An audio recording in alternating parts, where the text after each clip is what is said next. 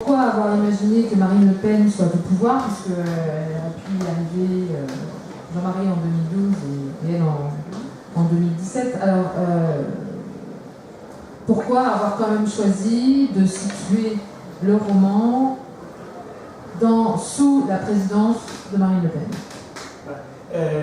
En fait, elle est effectivement Premier ministre au début, parce qu'il y a un court épisode de cohabitation. Il y a Valls qui était au pouvoir, et ensuite elle prend, on va dire, tous les pouvoirs. Ce que j'ai voulu montrer par là, c'est que tout peut arriver, y compris les scénarios politiques les plus ubuesques, les plus curieux. On était dans une période aussi, sous la présidence François Hollande, un petit peu particulière, une forte montée du Front National. On essaie de se rassurer un peu comme on pouvait en disant ben non, c'est pas possible, ça va pas passer, tout se passera bien, etc. Et ben finalement, ça s'est bien passé, et ça aurait fort bien pu ne pas bien se passer. Voilà. Il suffit parfois d'un cheveu pour que tout bascule. Et donc le scénario politique que j'ai échafaudé, parce que c'est de la politique fiction, bon, c'est un scénario comme un autre, mais celui-là n'était pas moins improbable qu'un autre. Après tout, sachant que la politique, elle dépend aussi de l'état social général, je ne trouve pas fameux, que je ne trouvais non plus pas fameux, et aussi de l'économie. Et on sait qu'on est sur une corde raide aujourd'hui. La grande crise économique qui est un peu en toile de fond de ce roman, c'est-à-dire finalement les taux d'intérêt augmentent, et puis on ne peut plus payer nos fonctionnaires. Parce que voilà, on est endetté, on ne peut pas baisser la dette, et on emprunte sur les marchés aujourd'hui 1 milliard d'euros chaque jour pour faire financer le système et payer nos fonctionnaires. Donc c'est ça aussi. Et voilà, et on est pris dans cette spirale, dans cette mécanique assez terrifiante. Et puis, et si tout basculait, que se passerait-il? Voilà. Alors le scénario, il vaut ce qu'il vaut. Alors je ne suis pas un devin extraordinaire. Alors, c'est pas de la fiction politique. Évidemment, est pensé, construit, il n'y a pas de hasard dans la construction de ce roman. Donc Marine Le Pen est au pouvoir, mais évidemment, elle n'est pas passée en Bretagne. Non. Elle n'était pas majoritaire en Bretagne. Vous dites que, parlez même de Le Drian essaie d'avoir résisté, les Bretons ont résisté, même s'ils sont très très mal considérés au niveau national. Et donc, ils vont se rebeller. Oui. Parce qu'ils vont refuser. Alors, vous y croyez vraiment à ça? Je dis encore que tout est possible. Oui, là, d'accord. Que se passerait-il? Connaissant un peu, je suis breton du Léon, je connais un peu la mentalité des Bretons, nous sommes des êtres schizophrènes. Et ça se traduit tout à fait dans Paul et François. Alors, on a un côté légitimiste, profond, culturel, pour les institutions, militaires, etc. C'est l'évolution de Paul. Et on a un côté rebelle affirmé. Et ce côté rebelle-là, il peut s'exprimer à n'importe quel moment. Il s'est exprimé d'ailleurs en 2013, on a vu comment avec les bonnets rouges, c'était une véritable rébellion organisée qui a fait appel à beaucoup de vieux réflexes enfouis chez les gens, on remet le bonnet rouge, etc. Mais c'était nos ancêtres qui s'étaient eux-mêmes rebellés avant d'être massacrés. Bon, c'est tout ça, on est le produit de tout cela. Et donc, je ne sais pas, moi, je suis incapable de vous dire ce qui se passerait si jamais le Front National ou un gouvernement totalitaire arrivait vraiment au pouvoir et se mettait à dire, bah, finalement, tout ça on détruit, les écoles d'Iwan on détruit, ça ne sert à rien, on fait autre chose. Qu'est-ce qu'on ferait? On se tairait? On dirait, Je pense que c'est plus rassurant de penser qu'on va se rebeller que l'inverse. Et je crois que c'est une manière de se rassurer. Maintenant, c'est une manière de se rassurer. Ça reste de la fiction. Hein. Je crois toujours que la société civile a un rôle fondamental. Le fait même d'écrire un truc pareil, ça veut dire quoi? Ça veut dire que c'est un appel, attention, il se passait quelque chose, ne faites pas n'importe quoi. Parce qu'il y a des gens qui peut-être en Bretagne vous disent ah ben non, on n'est pas là. Voilà. Ne serait-ce que ça prend déjà sens. Et je trouve que le gros problème du populisme, de la montée du populisme que l'on voit partout, c'est la société civile, c'est les gens qui s'investissent plus en politique. Ils laissent faire. Il laisse faire le pouvoir, et le pouvoir, il finit par aller là où on sait, et puis il n'y a plus de limite. Et si la société civile faisait son boulot, s'il y avait des véritables contre-pouvoirs, eh bien, le pouvoir au sommet ferait bien plus attention. Alors, oui, des contre-pouvoirs, il y a aussi parfois des dangers dans certains contre-pouvoirs. Vous parlez de la naissance de milices aussi pour se révolter. C'est-à-dire, voilà, il y a la révolte est peut-être nécessaire. Après, il y a toujours des excès, il y a déjà eu des dangers dans notre histoire. On le sait très bien aussi en Bretagne sur la question de la collaboration. Voilà. Jusqu'où on saurait cadrer la rébellion face à un pouvoir totalitaire. Je crois que justement le problème d'une rébellion, c'est qu'on rentre dans une dynamique qui n'est plus contrôlable. Que ce soit pour le pouvoir, qui est obligé toujours d'en faire plus au niveau sécuritaire, hein, et puis pour éviter qu'on se pose trop de questions sur des problèmes sérieux comme l'économie, le chômage, eh bien on va lutter contre ceux qui résistent. Et du côté de la rébellion, c'est aussi une fuite en avant.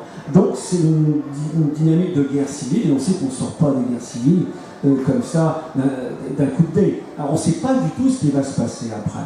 Donc moi je suis pour que la société civile, les associations, toutes les forces vives d'une société se bougent, investissent le politique, se manifestent, etc. La rébellion, il faut faire attention, mais ça, j'ai écrit ce livre-là un petit peu pour conjurer le sort. En me disant, attention, et si ça arrivait, qu'est-ce qui se passerait? Qu'est-ce qu'on ferait, nous, en Bretagne? Je sais qu'on dessus, on se rassemblerait pour essayer de voir, réfléchir à ce qu'on va faire. Ça, je le sais. Après, ce qu'on ferait, j'en sais rien, mais on le sait dans cette dynamique-là. Donc, il y a des actions, mais aussi de la réflexion. Donc, les chapitres alternent les voix de François et de Paul, qui sont des voix opposées, évidemment. Et il y a François, à un moment, qui dit, là, il faut absolument vous m'expliquer. On va dire c'est une fiction, hein, d'accord. Donc, François dit, les Russes, eux, ce n'est pas pareil. Ils n'ont pas grand-chose, mais au moins ils ont des couilles. Et ils acceptent fort bien l'idée d'être pauvres s'ils peuvent rester libres. Oui. Alors, vous êtes sûr de ça? Je sais que c'est un roman, mais c'est ce que François pense. François, il pense ça parce que dans la révolte... François de gauche, conseil départemental de Quimper, de Finistère, peut penser ça. Voilà. Dans chaque révolte, il y a toujours un petit côté nihiliste. Et c'est de se dire, après tout, eh bien, j'en ai ras-le-bol de tout. Ailleurs, c'est beaucoup mieux. Après tout, voilà. Et c'est une pensée vraiment de nihilisme. Et c'est vrai que François, il est un petit peu dans cette dynamique-là. À un moment donné, il renvoie pêle-mêle tous les politiques, tous les fonctionnaires, tous les énarques. Voilà, c'est une pensée un peu primitive, c'est une pensée du ras-le-bol du système, et aussi du ras-le-bol de la France, quoi. Hein, il y a des Français et des gens qui ne s'engagent pas assez, des gens qui vont s'agglutiner en masse vers le nouveau pouvoir, puisque c'est ça. Chaque fois qu'il y a une recomposition politique par une élection présidentielle, tout le monde arrive.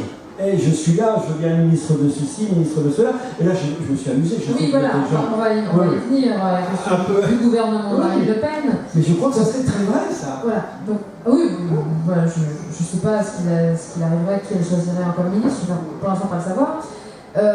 Donc, vous êtes quand même engagé, donc la politique est totalement présente et permanente dans le roman, donc vous avez, vous me direz quand même pourquoi vous avez choisi ces deux personnages. Donc Mélenchon aurait le ministère des Affaires européennes, et ce sera un européen, j'imagine, et Michel Onfray, qui c'est, l'éducation nationale.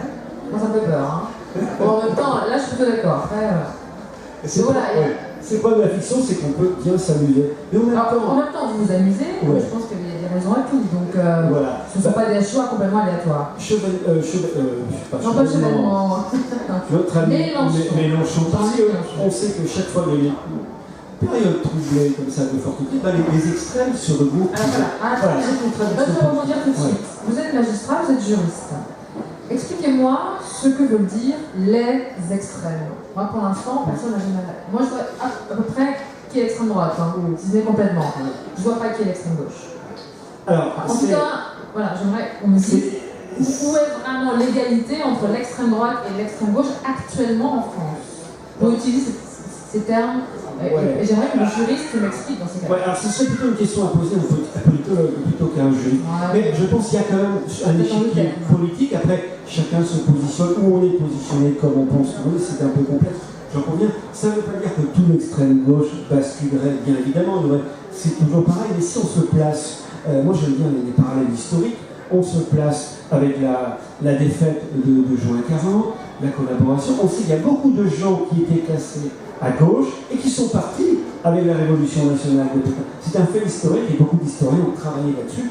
Il y a notamment le grand historien israélien Ziv Sternel qui a écrit des choses remarquables là-dessus sur cette période. Et la façon dont les élites des deux bords les plus opposés se sont rejoints pour faire cette révolution nationale qui était une révolution corporatiste et puis le pire qu'on puisse, qui n'avait absolument rien de révolution à mon sens, juste le retour à avant. Voilà. Mais c'est une possibilité et une tendance, je crois, assez forte de tous les extraits de se regrouper à ce moment-là. Je pense qu'on aurait des surprises, pas Mélenchon, mais je pense qu'on aurait sans doute des surprises. Et alors on ferait tout simplement, moi j'avais lu ce qu'il avait dit à une certaine époque sur les écoles d'Iwan, ça m'aurait beaucoup amusé, il fait peur en même temps. Donc voilà, et en même temps, je sais qu'on ferait à bouger un petit peu, puisqu'il a retrouvé une tradition de gauche et une tradition, comment dirais-je, socialiste et de gauche favorable aux communautés, au peuple, et je trouve que ça c'est tout à fait intéressant, parce que la gauche n'est pas que jacobine. Il y a une tradition de gauche proudhonienne qui est favorable évidemment à ce que les gens prennent en main leur destin, leurs intérêts économiques et leur culture. Et ça c'est très riche. Je pense qu'il a un peu évolué, mais peut-être pas sur la langue. Je pense que François illustre aussi ça. Vous êtes pour la réunification avec la Loire-Atlantique, la Bretagne et la Loire-Atlantique, donc la réunification de la Bretagne. Et François, lui, il a carrément le projet d'instaurer une république bretonne avec 25 représentants. Alors on reste dans la fiction, oui. Hein, mais c'est quelque chose qui vous plairait? Là encore, tout peut arriver en histoire, très très vite, puisque... C'est quoi cette réponse? La Bretagne a eu une autorité politique de fait, une indépendance de fait, il y avait un État breton. Donc un jour ou l'autre, pourquoi pas, on ne sait pas. Moi, je suis pour que, à titre personnel, eh bien, les choses aient du sens. Et je trouve que pour que la Bretagne fasse partie de la France, il faut que la Bretagne existe, qu'elle soit reconnue. Et la Bretagne, c'est 5 départements, c'est une langue, c'est des potentialités de développement économique extraordinaires. C'est tout ça, la Bretagne, c'est nous tous. Voilà. Et je pense qu'aujourd'hui, on a une situation où la Bretagne n'est pas reconnue du tout. Sa langue est en train de mourir. Et donc, je me dis, on est tellement peu reconnu qu'on ne fait même pas partie de la France, parce qu'on n'existe plus. Voilà, c'est ça, le fond de la pensée, en fait. Et donc, après, je ne sais pas comment ça peut se manifester, mais moi, je ne suis pas indépendantiste. Je suis pour que la Bretagne trouve sa place dans l'ensemble français, dans l'ensemble européen. Je suis pour la souveraineté partagée. Je gère mes affaires, l'État régalien gère les siennes, l'Europe les siennes, et un gouvernement supranational gère les affaires de la planète. Parce que ça, c'est un gros problème. Le principal problème aujourd'hui, ils sont au niveau international. Or, l'ordre juridique international, il repose sur le souverainisme, et c'est ça qui nous tue aujourd'hui. Le souverainisme tue nos langues, à petit feu, comme la langue bretonne aujourd'hui, et le souverainisme est en train de tuer la planète, parce que les États ne veulent pas déléguer au niveau supranational eh bien, les compétences environnementales, migration, etc. Toutes les grandes questions qui se posent aujourd'hui. Ah, il y a un pied de nez à Jean-Luc Le Drian. Oui. Et François dit non, Le Drian, tu n'es pas des nôtres, tu seras même carrément de l'autre côté et depuis si longtemps. Oui, tout à fait, parce qu'on a embauché Le Drian pour faire une manœuvre un petit peu de la dernière chance pour éviter un conflit armé à Quimper, entre eux. Il y a des rebelles bretons qui ont pris de Quimper. J'avais terminé en disant qu'il va y avoir une guerre quand même, on ne va pas vous raconter la fin évidemment, mais la guerre va être déclarée. Hein, donc l'État français va envoyer les militaires à Quimper contre les rebelles. Et il faut quand même s'organiser pour survivre, mais certains sont malvenus dans l'entraide, dont Le Drian. Je pense que c'est intéressant pour les développer. Voilà, parce que Jean-Yves Le Drian, je me suis mis dans sa peau, dans sa position, tel qu'il avait fonctionné à l'époque du grand débat pour la réunification de la Bretagne, qu'il a, on va dire, avec ses amis du Parti Socialiste, qu'il a enterré. Oui, vous parlez d'une complaisance servile. Voilà. Et donc je me dis, qu'est-ce qu'il ferait? Il essayer de trouver un bien, etc. Je me suis mis à une espèce de pacte d'avenir, là, comme pour l'époque de la lutte contre les quotas, et il essaierait de tirer un peu sur l'épingle du jeu, on n'essaie pas. Mais est-ce qu'il ferait avancer pour autant les intérêts bretons? J'en suis pas sûr du tout. En tout cas, c'est pas ce qu'il nous a démontré en 2013-2014, où il avait une opportunité historique de faire quelque chose de formidable pour la Bretagne, la réputation que l'on attend. Vous verrez avec on va enclencher ce qui est l'essai qui suit donc, ce roman. Vous avez bien remarqué qu'il y a aussi beaucoup d'humour dans le roman, il y a de la provocation, j'imagine aussi dans le choix, mais s'immisce toujours la politique que vous défendez et qui est beaucoup plus développée dans Plaidoyer pour nos communautés. Ouais. Et il y a une preuve, oui. Oui, peut-être juste sur le... Ce que j'ai voulu aussi travailler un peu dans les frères Kervegen, c'est le lien entre le politique et la construction identitaire personnelle.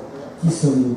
Alors, la thématique des deux frères, c'est un vieux thème de la littérature, et les deux frères, ils s'aiment fortement, mais ils se sont construits l'un par rapport à l'autre, les deux par l'autre, quelque part. Ouais, mais ils sont pas tant non plus l'un vers l'autre, parce qu'il y a une femme aussi. Ouais, ouais. Alors, évidemment, leur intimité est aussi racontée, il n'y a pas que le point de vue politique et la situation de rébellion à Quimper.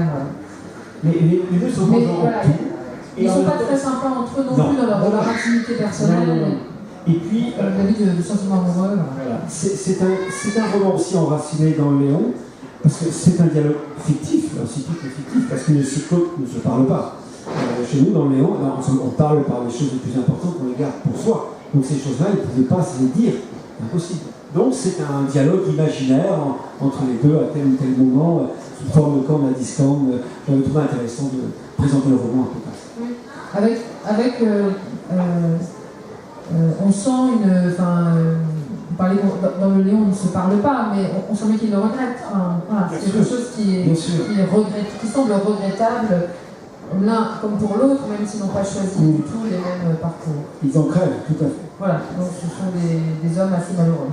Tout à fait. Donc heureusement, c'est vrai que la note humoristique, un peu provocatrice de vos choix, redonne un petit goût de légèreté. Un minima. Un tableau assez sombre. Un tableau très sombre, même. Vous allez loin, après voilà, on espère que cela n'arrivera évidemment pas.